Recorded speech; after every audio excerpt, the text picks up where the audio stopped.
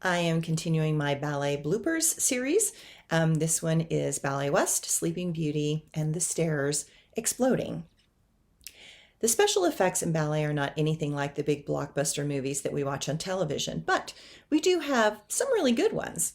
In Sleeping Beauty, there is a moment when Caraboss is supposed to disappear in an explosion with a great puff of black smoke.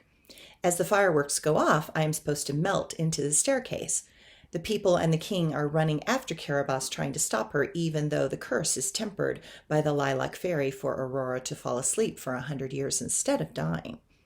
In one particular show, the king, Malcolm Burns, is running after me trying to stop Caraboss and pleading with her to remove the curse. I run up the stairs, and there is one stair that has a grate on top of it, and that is where the explosion and smoke will come from. I stand at the top of the staircase, pissed off, and insisting that Aurora will die and that I will be triumphant.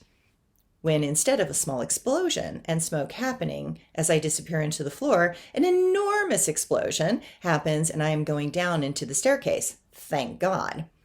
The staircase rips apart, wood flies everywhere, and the explosion and smoke are way bigger than any previous show. Malcolm is supposed to be running to stop Caraboss just before the staircase. He is to be repelled by the smoke and the explosion. It will make him pull back in horror.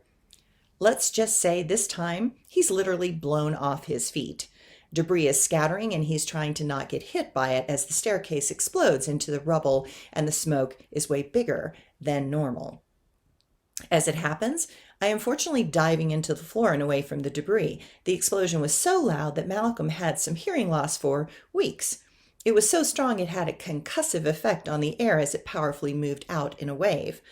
Unfortunately, in that moment, at the end of Act 1 of the ballet, the curtain comes down. Fortunately, I should say. I am safe and sound, but I rush up to Malcolm after the curtain went down, and he is clearly disoriented.